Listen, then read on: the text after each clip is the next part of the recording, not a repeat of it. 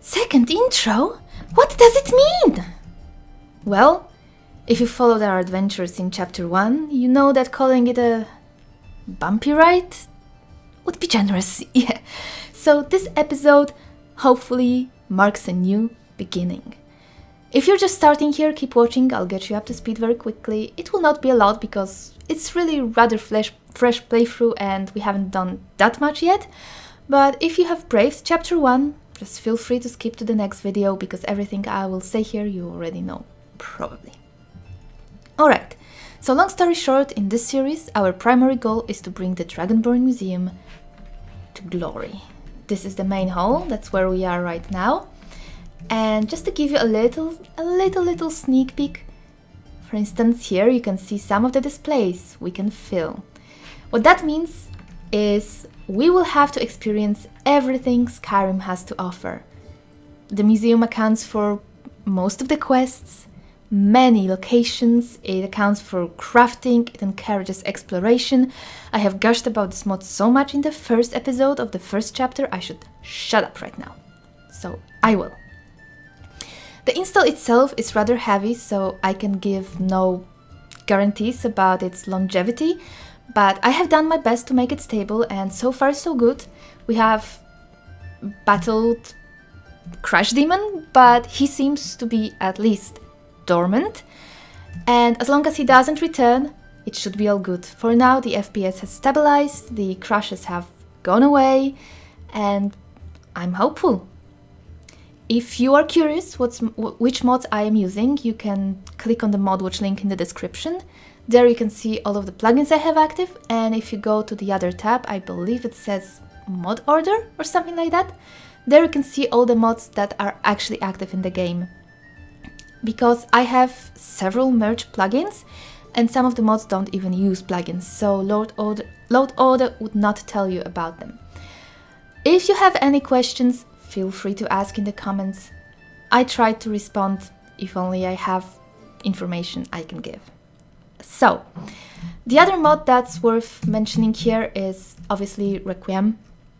But for those of you who know Requiem, I have my own set of rules that will let me experience various fun builds that it offers in this one playthrough. I want this to be my one playthrough to end them all, which is why I don't want to choose a class. I don't want to say, well, we will be playing a battle mage and then just do that for the entire playthrough. That would be, I don't know if it would be boring, but it would certainly become monotone.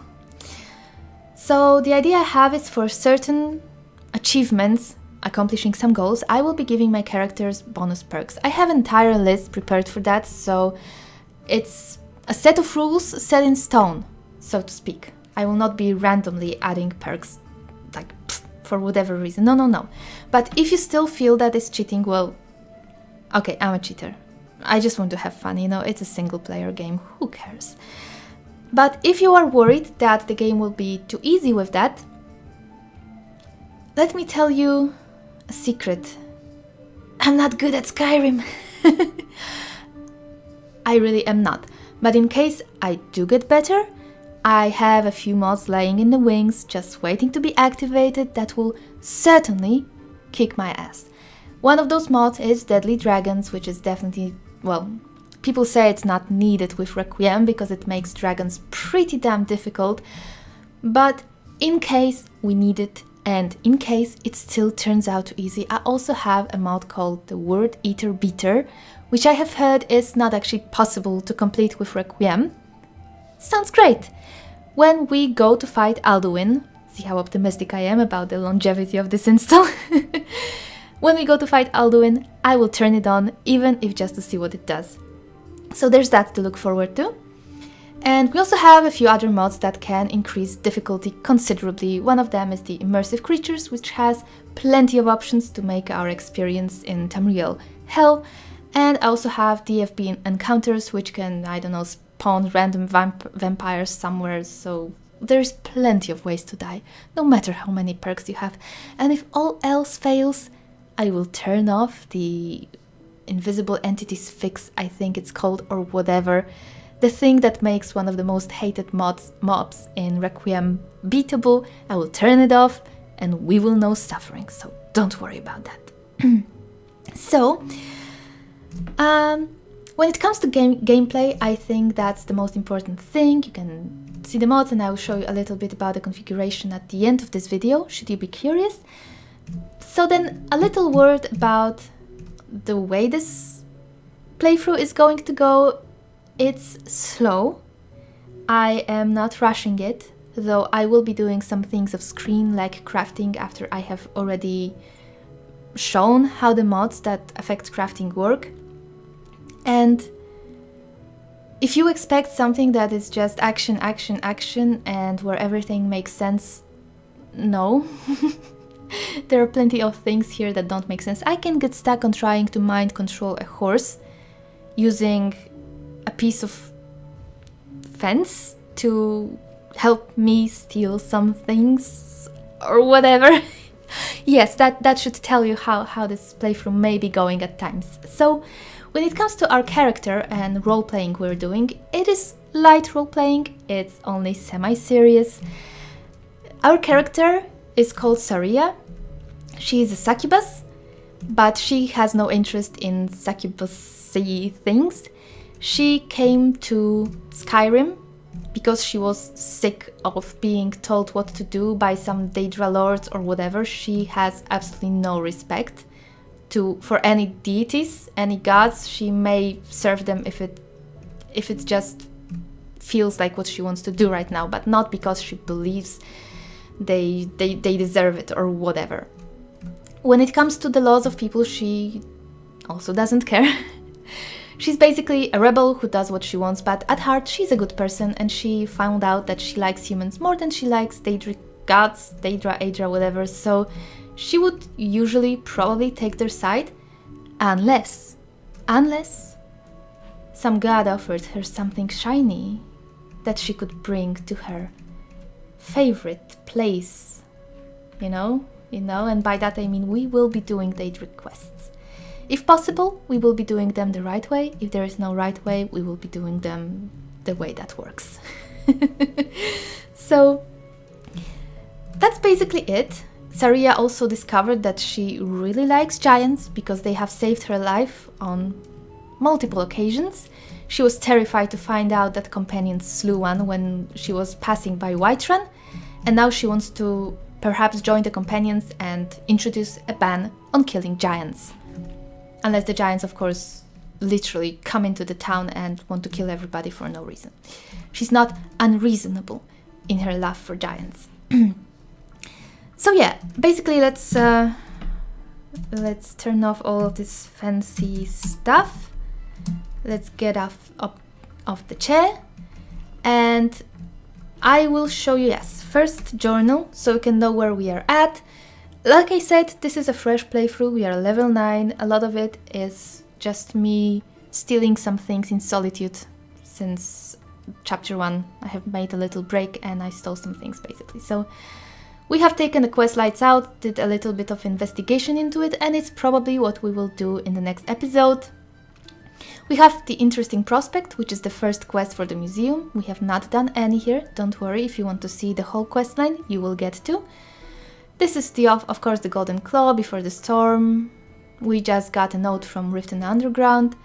Forgotten City, also a note. This is just Brynjolf who talked to us. Yes, we have been in Riften and we have been in Windhelm and Solitude. We have not been to Whiterun yet.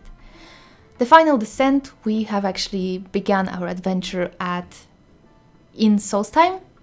So we got the pickaxe and then we got this quest, and we have gotten highly confused about what's happening around there, but then we just booked it to Skyrim. Because with Requiem you can't just start there, you will die. So Desperate Times, this is just Helgen Reborn, and we haven't yet started doing anything there either. And we've gathered a few miscellaneous quests if you want to just pause the video and see what we've got. The quest we have finished is basically Treva's Watch and the first part of the Blood on Ice. Nothing else is really finished. This is just Requiem. This is just Helgen Reborn startup that happens instantly, and of course the alternate start stuff. We have gone to Helgen to trigger the main quest, And then on the way to Whiterun, I've decided to go to Solitude instead, and that's basically where we are at. So if you're not interested in the configuration of mods, then you can go to the other video or to another channel if you want, no hard feelings. And if you want to see how the mods are configured, if you care about this sort of things, stick with me and I will quickly go over what we have going, and then I'll be off. My throat is not being happy today. I have some sinus issues, whatever. Alright, so mods. What is here that I should possibly mention? Better vampires. I have only checked that the options that Requiem recommends to be off are off. They are off, so I didn't do anything there. Once we are a vampire, if we become a vampire, that's when I will configure anything there. College of Winterhold Immersive, I have just turned off the doors. If you are getting weird crashes to desktop there, that's probably why I was getting crashes with it for whatever reason. Campfire, I have only made one change, and it's to instincts. I have turned all of this off because I think that's not cheaty, but a little cheap, I suppose. It makes more sense if you are not using compass, but I am using compass. So with that just seems like an overkill in easy things. Though actually this is cheaty because that's like clairvoyance, but for free. This is I just left Smell Dead because it just makes it easier to collect loot, and I will not be running around in circles and boring everybody to death. So that's all. What else is there? Complete crafting, I have only changed one thing, that's mining and materials. I have set the preset to faster mining, and I also will change this to 60. And this because there's honestly nothing interesting in watching somebody chop wood, right? And yeah, that's it. Did I enable mods that we should have enabled? We do have this. Yeah, yes, we have this. We have this, yes. Alright, because I have merged those with their patches. Although the plugins are still named normally, I don't know, whatever, it's fine. Customizable camera, just what I like to have there. Finis PCI is just animations. I really don't like the basic Skyrim run forward animation, and I honestly don't like any other I've seen. There is just one that is just right, and sadly it's just a test animation, so it only works when you are running forward. But if you like the way my character looks like when she's running forward, get this animation. That's all.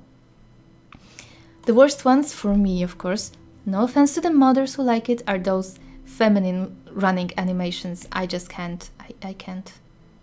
I have never seen a girl run like that, or a woman, much less a woman. But you know, to each their own. I'm not judging, I just don't like to use them. So I don't think I have changed anything in Frostfall. It gets to be as cruel as it wants to be. I need, if you care, you can see what's configured here. Just pause the video if you want to see something specific. Nothing interesting to say there. Didn't change anything here. Oh yeah, I could show you the immersive creatures here. I've only...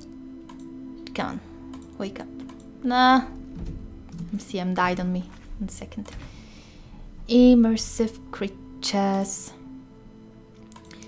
So I have changed the preset to purist. I have taken this down a notch. I have taken this down a notch because it was like 18 or something, and I do not want to be spooked when I forget about some skeleton and suddenly it's coming from behind my I do not like to be spooked. So anyway, this is one of the mods that we can use to make everything much more hellish for us. We can later enable this, for instance. I have seen one video of this and it was crazy. And I'm kind of tempted to just turn it on and maybe we'll find them and just get wrecked by them at some point. but I'm also a little bit afraid they might kill some important NPCs while we cannot do anything. But I am pretty sure at some point we will enable all of this. The reason I actually got this first, this is also a jump scare, I don't like that. I've taken those down a notch a little bit, make it medium. But the primary reason for which I got immersive creatures is that when I imagined playing this game, playing all of those areas, all of those dungeons, and just encountering the same free creatures that are present in basic Skyrim, I felt I might get bored by it, you know? So I got immersive creatures so that it just doesn't happen, you know? There's a larger variety, and that's great. The other mode for encounters is DFB random encounters. Say it's somewhere there, it just makes some things happen on the road that are different. Whatever, it's fine. Requiem. I have made a few changes. Arrows don't weigh anything because I don't like them to. Animal poisons do not paralyze because they are nasty as they are. When a poison hits you, you basically cannot see anything. Good luck fighting anything when the whole screen is one big chorus or spider. So I figured that's enough. That's quite enough. It's still worth to go for anti-poison things and to avoid the projectiles. I do not need to reload the game 20 times per hour. Well, per minute, more like, I guess, in this case. So when it comes to armor changeable in combat, I will not abuse this. I have turned this option on because it is not just in combat. For instance, you can have just some, I don't know, mud crab in the ass of the world, far away from you, just running from you on 1 HP, but as long as it is on your compass, you cannot change your armor.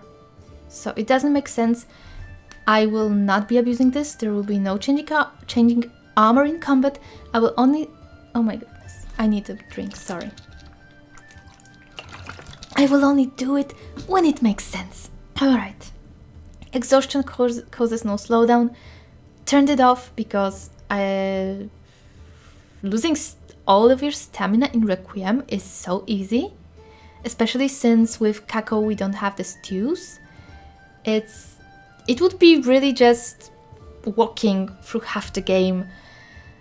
No. Exhaustion does not disarm because there's nothing fun about trying to find your weapons all the time. And like I said, I'm exhausted all the time in this game. The rest, I just made a 10, and also we are getting 5 carry weight per level, but the Uncapper mod handles it. Because since we are not really role-playing some sort of a survival challenge, but more of a pack rat challenge, getting our carry weight higher is one of the most important goals we have, because we want to haul large amounts of things to various places, the museum, the crafting for museum, all of that. So this is very important, and this is a big gameplay factor, and going through the game with even 150 carry weight would be hell. One thing about Lock Speakable without perks, this is because if I did not have this option checked, I would have to literally spend a lot of time off screen just going from village to village, looking for doors of apprentice or novice level to pick, to get better at it and to put a perk in it, and then I would have to do the same thing with added blocks to get to the master. Why? Because since we want to collect all of the items, I don't know where they are, and it might be some long-ass dungeon with one of those items at the very end of it in a master chest, and I would have to keep tabs on every chest I wasn't able to open to then return there to get this. You get my point? I'm sure you do. No, life is too short for that. So the trade-off I have decided on is that we have one perk in lockpicking, and I will not be taking any more, which means we will always have some trouble opening higher locks. Whatever. I just can't really. That would be too annoying with the goals we have set for us. Succubus race. Well, there's a problem we have with this, just a small one, because immersive horses, for some reason, cause our character to unequip her horns. It just says horns was unequipped here. Why? Beats me. I have tried to find out, but I have no idea. So the role-playing reason for it is that Saria has given up her horns to become a horse whisperer. If you know how to fix this, do tell me, because I don't know. I would love to fix this, but I don't know how. Anything else? Violence, I have turned off decapitations because I don't like gore. And I think that's going to be it, you know? All the important changes. And yeah. With that said, I believe I will see you in the next episode, or not. That really depends on you, because the next episode is probably already posted. So, yeah, have a good one.